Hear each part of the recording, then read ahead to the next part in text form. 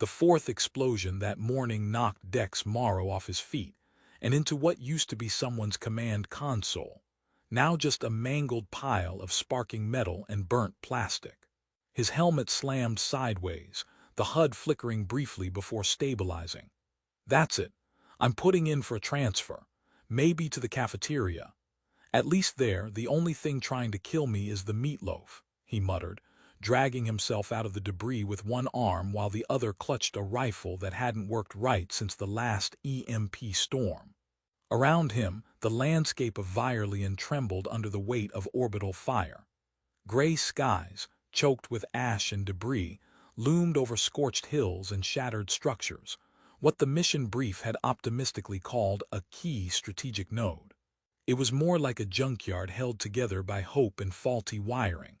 "Corporal Morrow, your squad is 3 clicks south," a mechanical voice buzzed through his comm. It was his drone, Pylon, whose personality module had been accidentally swapped with an old stand-up comedian database. "Yeah, well, the squad might be 3 clicks south, but I'm 3 clicks from caring right now. Tell them I said hi and not to die until I get there," Dex replied, limping through what might have been a loading bay, dodging the occasional falling ceiling tile and the odd plasma discharge. "You are currently registering as 72% sarcasm and 28% bodily damage. Shall I initiate a medical ping?" "No, just keep watch and don't sass me. I've had a day." He rounded a corner and froze. There she was, tall, motionless, and very much not human. Her skin shimmered a pale bluish-white, smooth like porcelain under bioluminescent veins that pulsed faintly across her arms. Her hair was vivid yellow, cascading down the sides of a helmet she hadn't bothered to fasten. But it was her ears, long, elegant arcs like sculpted crescents, that made Dex pause, rifle slackening in his grip. She looked at him with steady amber eyes, not angry, not alarmed, just curious. Dex opened his mouth, intending to yell something clever or threatening, or at least intelligible. Instead, he blurted, "Please tell me you're not here to vaporize me. I've had a rough week." She tilted her head. "No," she said, stepping forward in a motion so smooth it was like the floor itself bent to her stride. "You are mine now, human." "I wait what?" Without further explanation, she grabbed the collar of his armor, yanked him forward with a force that was both alarming and oddly comforting, and held him close, closer than made sense for two people allegedly on opposite sides of a galactic war. "You're mine," she repeated. "Okay, just checking, are we talking possession as in, I caught you fair and square, or are you speaking in metaphor like you're under arrest or you're now my pet?" Her expression didn't change. "Yes." He blinked. Great, super clear. Behind them, the wall cracked as a shockwave from another strike hit the compound. Dex flinched instinctively, but the alien woman didn't even glance back. Instead, she adjusted her hold, half carrying, half dragging him into a side corridor filled with blinking alien tech and the gentle hum of powered conduits. "Name?" she asked. Dex Morrow, corporal, sometimes professional coward." "And you?" "Kaelna." "Lovely. You've got a firm grip, Kaelna. Ever considered professional wrestling?" "I do not know what that is." "Remind me to show you videos later. Assuming I'm still alive and not being turned into a wall decoration." She stopped abruptly in front of a sealed door, scanned her hand. 3 fingers and a thumb, he noted, and the door opened with a hiss. Inside was a control chamber, clean and organized in the precise, slightly unsettling way that all alien rooms seemed to be. No loose wires, no coffee mugs, no post-it notes with passive-aggressive messages. Kaelna sat him down in a metallic seat that adjusted automatically to his posture, which he found both eerie and wildly comfortable. "You were in the blast radius," she said, retrieving a scanning device shaped like a silver crescent. "Why were you alone?" "I'm told I have a magnetic personality. My squad probably ran the other direction," Dex said as the scanner buzzed gently over his shoulder. "Also, I might have gotten separated after trying to rescue a crate of emergency chocolate." "Chocolate? Earth delicacy." capable of turning battle-hardened generals into giddy toddlers. She paused. This is a powerful weapon. Exactly. It should be regulated. She nodded seriously, as if mentally filing chocolate under potential war assets. Dex tried not to smile, but it was hard not to when someone as intimidatingly composed as Kaelna took confectionery as a military threat. "You are not damaged," she said after the scan. "Mostly. I'm glad we agree, so what now? You will remain here.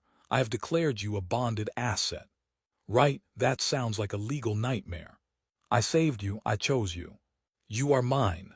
And I appreciate the rescue. I really do. Just quick clarification, does this bonding involve paperwork or, I don't know, tattoos?" She narrowed her eyes slightly. "No ink, only fire." Dex went pale. "Cool. Just circling back to the chocolate idea.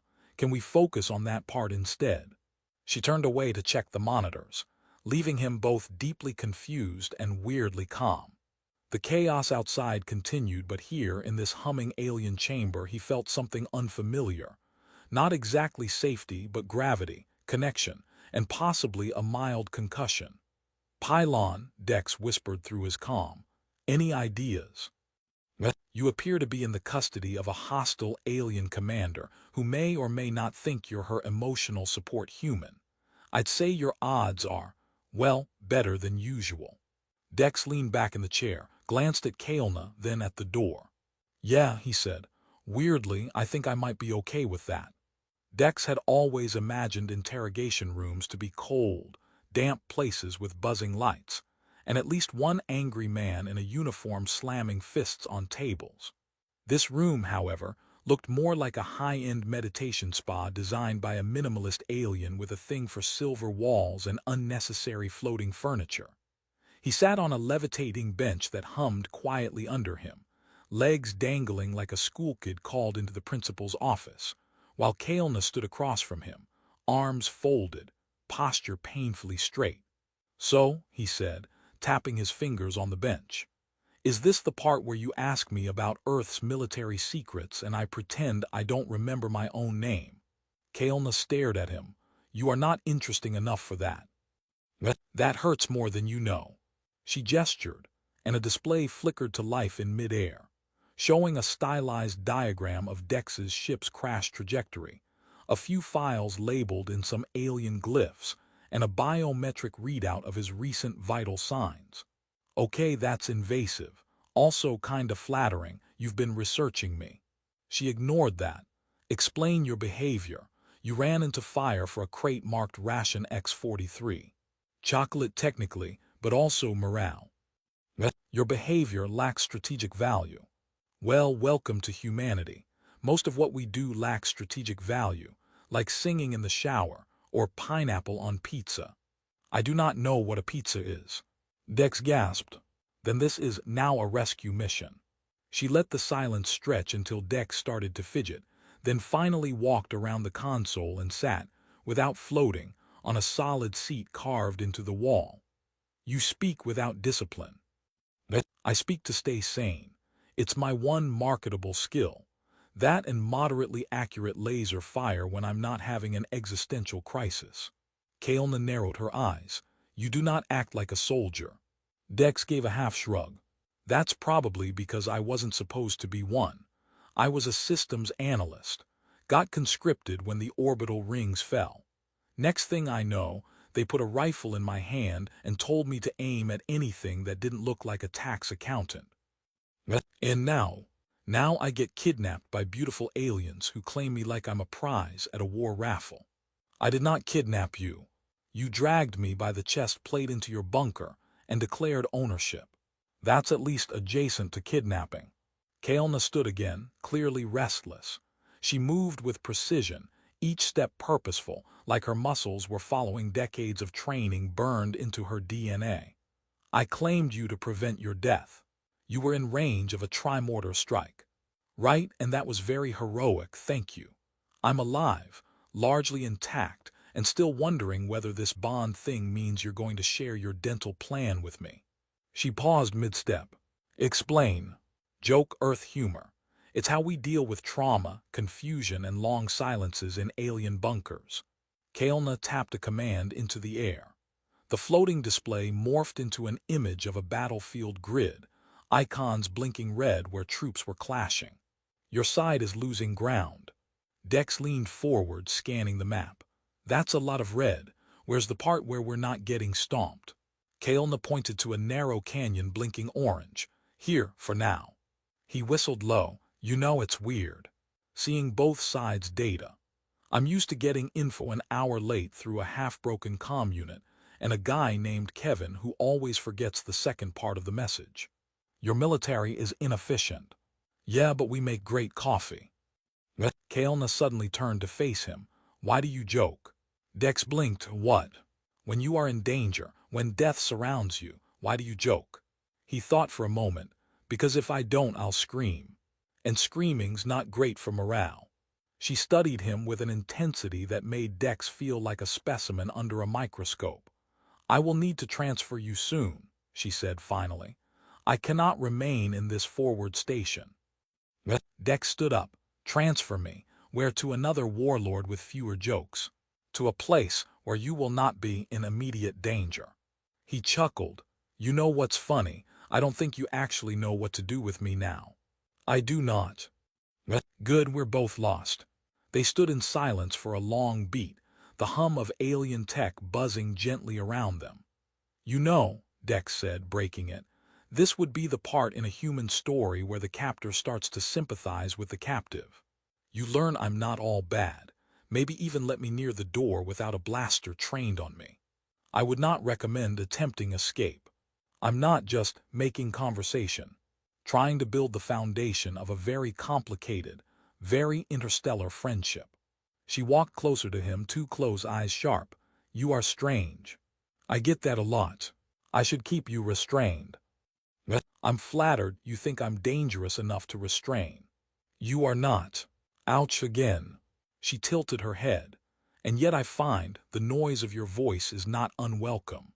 That might be the nicest thing anyone's ever said to me. Well, except for a waitress once who said I had a very trustworthy face. But she also overcharged me for soup, so. I will return shortly. Kael'na exited through a side passage, her silhouette briefly outlined by the soft white lighting, ears twitching slightly. Dex watched her go, then turned to Pylon, who had been hovering silently in the corner. Well, that went better than expected. Statistically, your continued existence is a miracle, or possibly an accounting error in the universe. Thanks for the vote of confidence. She is beginning to tolerate you. Don't jinx it. Dex stood alone in the alien room, unsure whether he was a prisoner, a guest, or some bizarre mixture of both. He sat back down, glanced at the floating maps, then muttered, So no pizza, huh? The hoverbike was stolen. Technically, commandeered was the word Kael'na used, but Dex was pretty sure it meant the same thing, except with more authority and fewer apologies. The bike itself looked like someone had taken a metallic stingray, given it a bad attitude, and strapped a fusion engine to its back. It vibrated every time Dex sneezed, which felt concerning. You're driving this thing? He asked, gripping the back handle like a child on a roller coaster. I have a 94% success rate with this model, Kael'na replied, and the other 6%. Fires, sometimes explosions. One unexpected teleportation into a jungle inhabited by sentient mold. I'm suddenly very aware of my mortality. They shot over the cracked plains of Virelian, weaving between the skeletal remains of war mechs and shattered satellite dishes. The landscape around them a grim gallery of past failures. A distant aerial dogfight flared above the horizon, blinking in bursts of blue and red. Dex squinted. Are those our guys or your guys? Statistically, someone's losing. Helpful. They weren't alone on the run. Pylon buzzed just behind them, grumbling to himself in low frequencies. Apparently, the hoverbike's Wi-Fi interfered with his sarcasm algorithms. Their destination was unclear. Kael'na claimed she had coordinates to a neutral dead zone, an abandoned listening post deep within the crater basin known as Dendrix Hollow. Dex had never heard of it, which meant it either didn't exist or was classified above his very average clearance level. "Let me ask the obvious," Dex shouted over the wind. "Why are we running from both your people and mine?" "Because both sides have decided they do not like what we represent. A guy with unresolved trauma and an alien woman with excellent posture. A bond, a refusal to continue the war on their terms. Also, your drone insulted a general during a communication intercept." "Technically," Pylon interjected, "I said he resembled a particularly angry grapefruit. That is not an insult. That is observational humor." Kael'na veered sharply left, cutting through a rusted-out debris field, scattering scavenger drones like startled crows. Dex ducked. "Okay, new rule. If we're gonna die horribly, I want at least a 10-second warning to scream meaningfully." "Noted," she said without a hint of irony. They arrived at Dendrick's Hollow hours later, the bike sputtering as it descended into the crater. The listening post was more bunker than station, partially buried beneath layers of ash and vines that pulsed faintly with bioelectric charge, Virelian's idea of weeds. Inside, the station was dark, quiet, and blessedly free of gunfire. Dex wandered the interior with cautious curiosity while Kael'na ran system diagnostics on the old consoles. "This place has personality," Dex said, peering at a wall covered in dusty glyphs and a mural of a creature that looked like a jellyfish mid-existential crisis. "Is that art? This facility predates our war by centuries. It was once used for deplistening experiments, planetary frequencies, cosmic signals. Now it is forgotten. Great, a haunted science lab. All we're missing is creepy music and a morally questionable AI. "Hello," the station said cheerfully, lights blinking on. Dex yelped. "Greetings, unidentified users. Welcome to Relay Node 13. I am Unit Echo Caretaker.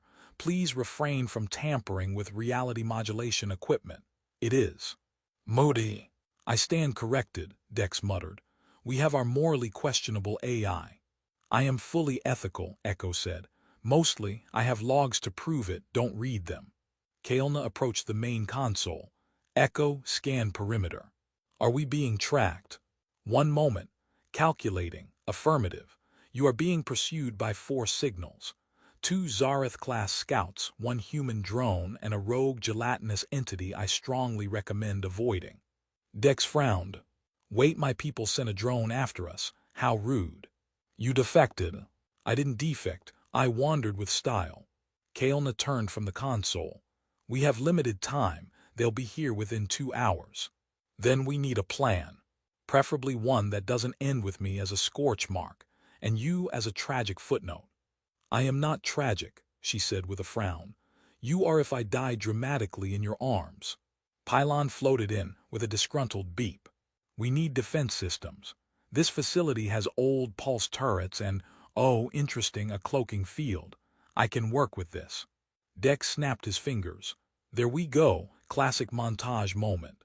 Let's set traps, charge the shields, and argue about philosophy while welding things." "I will weld. You will not touch tools," Kael'na said. "I'll supervise, maybe bring coffee." They spent the next hour fortifying the bunker.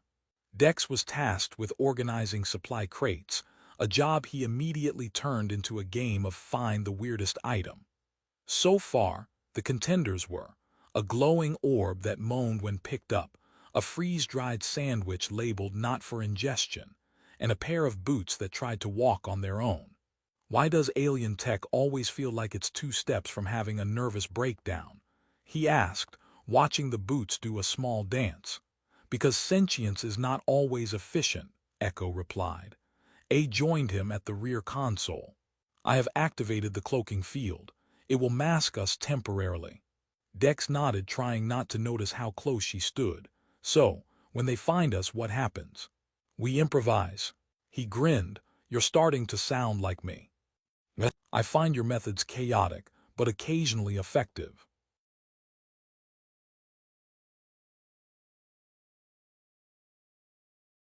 That's the nicest thing anyone's ever said to me in a bunker. The tension, though still present, had shifted. They were no longer enemies, no longer quite strangers. In this forgotten place, beneath stars that neither side owned, they were becoming something else, something undefined, unstable, and quietly dangerous. Dex leaned against the console, arms crossed. If this is the part of the story where we share secrets and talk about feelings, I should warn you, I don't do feelings without snacks. Kaelna glanced at him, expression unreadable. Then she reached into a compartment, pulled out a silver-wrapped cube and tossed it to him. He unwrapped it. Is this chocolate? Zareth variant. It contains nutrient compound X47 and 6 microstimulants. He bit into it, his eyes widened. Oh my stars, I can taste math. Good, you'll need clarity. Because when they arrive, it will not be negotiation. It will be war. Dex swallowed, wiped his mouth, and stood. Well then, he said. Let's make it interesting. The first warning came as a flicker on the outer motion sensors, followed by a soft chime and Echo's perky voice. Guests have arrived. I've initiated the standard welcome message, which involves flashing lights and ominous humming. Dex peeked out from behind a crate full of rusted laser coils. Can we update that to something a little friendlier? Maybe offer cookies, or at least a pamphlet about not blowing things up. No, Kaelna said from across the control room, where she was adjusting the pulse turret angles with almost unsettling precision. We are not negotiating. We are outnumbered, outgunned, and officially undesirable by both factions. This is not a social event. Dex slumped slightly. You really know how to kill the party vibe. Pylon hovered in, trailing wires. I've finished syncing the cloaking grid with the defense systems. It will give us 30 seconds of invisibility after the first strike. I call it the "oh no, where did they go?" maneuver. Dex grinned. Naming things is your strong suit. I'm also good at panicking in binary. Outside, through the cracked viewing pane, 2 Zareth scouts swept low across the crater rim, sleek, insectoid vessels with shimmering fins and engines that purred like giant cats with malicious intent. Dex leaned over the console beside Kaelna. So, what's the plan? Distract, disable, dinner party. Disable if possible, destroy if not. If we are captured, your brain will be interrogated. Mine will be restructured. I vote we don't let that happen. I like my brain just the way it is, slightly panicked and filled with obscure movie quotes. Ready weapons, she said. The first blast came without warning, slamming into the outer bunker wall like the fist of a god with anger issues. Dust rained from the ceiling and Echo yelped. They are not responding to pleasantries. Also, they've broken my decorative lighting system. Turrets unfolded from hidden ports in the walls and spat blue fire into the crater. One scout spun in a tight roll, returning fire with precise plasma lances that carved molten lines into the cliffside. Dex ducked and covered his head. Remember when we were just trying to survive? Now we're starring in an epic showdown. What's next? Inspiring speeches and heroic sacrifices. Focus, Kaelna barked, her own weapon, a triplasma arcbow, whining to life in her hands. She vaulted up to the upper deck and loosed a shot that sliced through one of the scout's stabilizers. The ship spun, spiraling toward the canyon floor in a burst of smoke and protest. Dex scrambled to the side panel and jammed the override switch for the auto turrets, gritting his teeth as the console shocked him mildly. That's the 3rd time today I've been electrocuted. Is that normal around you? Yes, she called back. The second scout descended, deploying ground troops, sleek, armored Zareth enforcers with shimmering blades and expressions hidden behind faceplates. Well, that's not ideal, Dex muttered. We didn't plan for a door-to-door invasion. I'll engage, you provide backup. I'm excellent at yelling dramatic things from behind cover. Just say the word. Kaelna dropped into the corridor, blade drawn, and met the advancing squad with a calm that bordered on terrifying. Her movements were poetry stitched to violence, fluid and devastating. Dex fired from the upper hatch, missing twice before finally nailing a soldier in the leg. I got one, he shouted. You grazed him. Still counts. Echo blinked in. I've detected a third ship approaching from orbit, signature. Human-made, model Skyguard Raven, occupants unknown. Dex cursed, that's my people. Maybe they're here to rescue me, or maybe shoot me on sight for fraternizing with the alien menace. Honestly, it could go either way. Kael'na landed beside him, out of breath but not bleeding. We cannot hold this position if more arrive. Then we run. We escape. Better branding. Pylon chimed. The rear tunnel leads to an emergency skimmer pad. It's rusty, barely operational, and smells like fermented algae. In other words, perfect. They sprinted, dodging debris and ducking stray plasma bolts. Kael'na led the way, silent and swift, while Dex lagged behind, shouting motivational phrases to himself. At the pad, the skimmer looked like someone had crashed a flying saucer into a dumpster and then painted it with regret. "It's charming," Dex said, "in a death trap kind of way." "Power it up," Kael'na ordered. He slapped the console. It groaned but lit up. Behind them, echo crackled through the intercom. "May I suggest a dramatic self-destruct protocol to distract the enemy?" Dex blinked. "Can you do that?" "I was built for drama." "Do it." As they lifted off, a deep rumble shook the bunker. Flames danced along the cliffs, and the final scout ship veered wildly to avoid the explosion. In the cockpit, Dex leaned back, sweat dripping into his collar. "Next time," he panted, "let's hide in a library or a beach, somewhere less explodey." Kael'na glanced at him. "You fought well." "I screamed and missed most of my shots." "You were loud and unpredictable. It distracted them." "That's the nicest compliment I've ever received." She stared out the window. "We need to leave orbit, find sanctuary. We have little time before the next pursuit. Then we better figure out where two fugitives, one glitchy drone, and a half-sentient ship can hide in a galaxy that wants them vaporized." "Do you have suggestions?" "Yeah, but you're not gonna like them." The ship barely held together as it tore through the outer atmosphere of Telaris V, a backwater moon so forgotten it didn't even show up on most nav maps. The hull groaned like an old man getting out of bed, and something in the back hissed constantly, which Dex had decided not to investigate in case it involved highly flammable regret. "Good news," Pylon announced from the ceiling. "We're only partially doomed. The environmental systems have stabilized, and I've rerouted oxygen flow away from the pantry fire." "There's a pantry fire?" Dex asked. "Correction, there was a pantry fire, past tense, mostly."